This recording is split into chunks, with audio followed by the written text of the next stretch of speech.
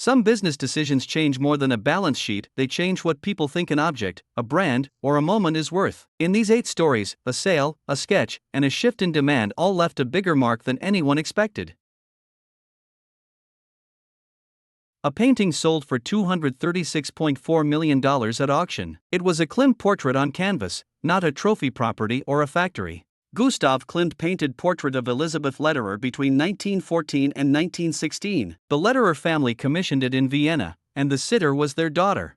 3 forces pushed the price upward: rarity, provenance, and auction demand. Provenance means the documented chain of ownership, from the Lederers to Leonard Lauder. At Sotheby's in New York on November 18, 2025, the lot reached a modern art record. It became the most expensive work of modern art sold at auction. By the end, one canvas had moved from a Viennese commission to a headline asset in New York. The sale left a simple image: a Klimt painting under auction lights. Roti reached 42 restaurants, but the whole chain leaned on one daily rush. At lunch, the counters had to move fast. That meant midday traffic carried a lot of the business. The lunch window was the key pattern behind the stores. Then COVID-19 reduced that lunch demand. The routine that fed the chain started thinning out at the exact hour it depended on most. When fewer people came at noon, the operating model felt the strain. A system built for crowded counters had less work to spread across the day. The result was simple and visible: empty lunch counters in a 42-restaurant chain. One routine shift could leave a whole row of tables waiting.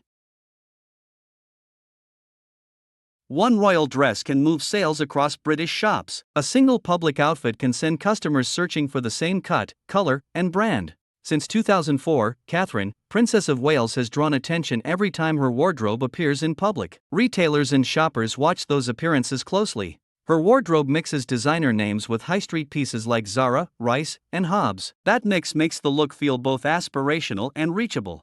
Best dress lists in Vanity Fair and Tatler kept the attention going. The effect reached the UK and beyond, with estimates from £152 million to £1 billion a year. In a fitting room, one dress becomes a signal. A shopper sees the style, reaches for a hanger, and the sale begins.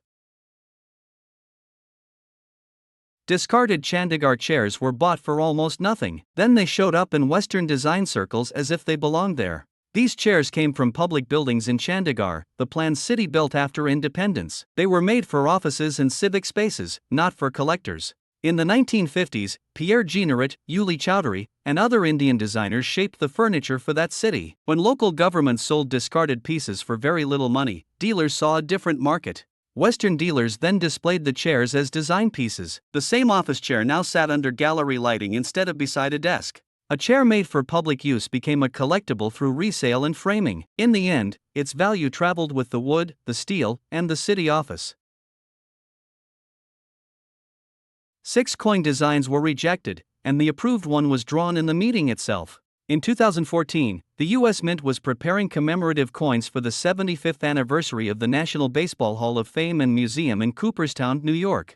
The set had 3 coins, a $50, a silver dollar, and a gold half-eagle. They were planned in proof and uncirculated versions, but the design kept getting sent back. After 6 misses, someone in the room sketched a 7th idea on the spot. That sketch was approved and moved straight into the coin-making process. Those coins became the Mint's first curved issues, with a concave obverse and a convex reverse. A roomful of people turned one quick sketch into metal, dies, and finished $50 on the tray.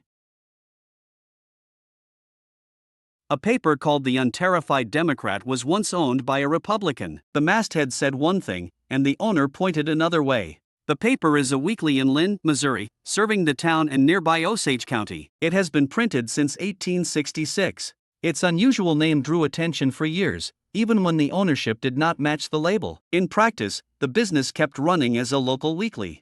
That mismatch did not stop the paper from doing its job in Lynn. Readers still picked up the weekly for county news, notices, and local ads. A name can travel farther than the politics behind it. In Lynn, the paper kept its masthead, its owner changed, and the presses stayed warm. Shops were selling Nuala O'Fealain's first book straight from the box. Her first book was very popular, and copies kept arriving at the shop. Staff had a normal shelving routine, but the pile moved faster than the room. The turn was simple: demand outpaced handling. Instead of unpacking, sorting, and shelving each copy, staff opened the box and sold right from it. The immediate result was speed. The box became the display, and the shop kept the line moving without waiting for a shelf slot. For the staff, that meant cardboard on the floor and fewer empty minutes at the counter. For the book, it meant a first printing handled like a fresh delivery, still in the box. A Toffee Crisp was once made at 10 kilograms. A regular candy bar suddenly looked like factory equipment. Toffee Crisp is a British confection from 1963, made by Nestle. It is a crisped cereal and caramel bar with a chocolate-flavored coating. The giant version did not change the core idea. It took the same familiar bar and stretched it into a spectacle for attention. That kind of scale turns a snack into a marketing object. The product becomes the display, and the display becomes the message. Toffee Crisp also carried the slogan, "Somebody somewhere is having a Toffee Crisp." In a giant form, the bar becomes the object people notice first. From auction rooms to lunch counters, the same pattern keeps showing up: one decision, one market, one consequence. If you want more factual business stories like these, subscribe and tell us which case changed the most.